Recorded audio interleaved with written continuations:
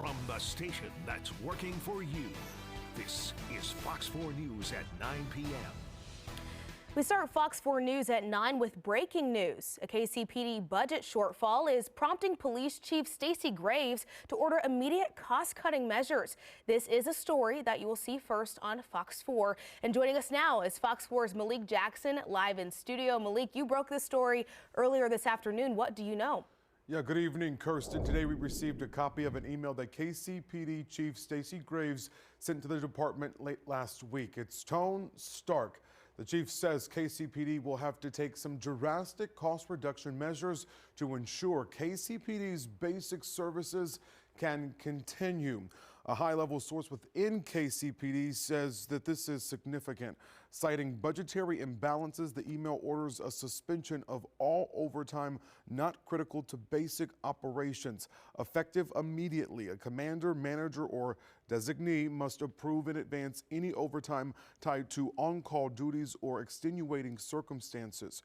Graves acknowledged the cuts could lead to temporary schedule and service adjustments, noting that the nature of police work does not always allow for drastic reductions. The chief also announced a pause on hiring all professional staff positions, with any exceptions requiring her direct approval. That freeze will be reevaluated after May 1st when the budget is adopted for the next fiscal year. In addition, all non-critical supplies and equipment purchases are now on hold. Graves wrote that multiple factors contributed to this imbalance and called the department to make sacrifices in the short term, saying KCPD will get through these next few months as a unified police department. We reached out to KCPD today with more questions about the budgetary imbalance that led to these measures. A spokesperson acknowledged our request and said they were working on getting us answers. Tonight, in a statement to Fox 4, a spokesperson for Mayor Quinton Lucas says this is the first the mayor is seeing of the department-wide email, so he cannot comment on it or the remedies purportedly instituted, other than sharing disappointment if any services to the public will be cut, particularly given the city's strong funding increase to KCPD's in the last budget. We're also hearing from Councilman Jonathan Duncan.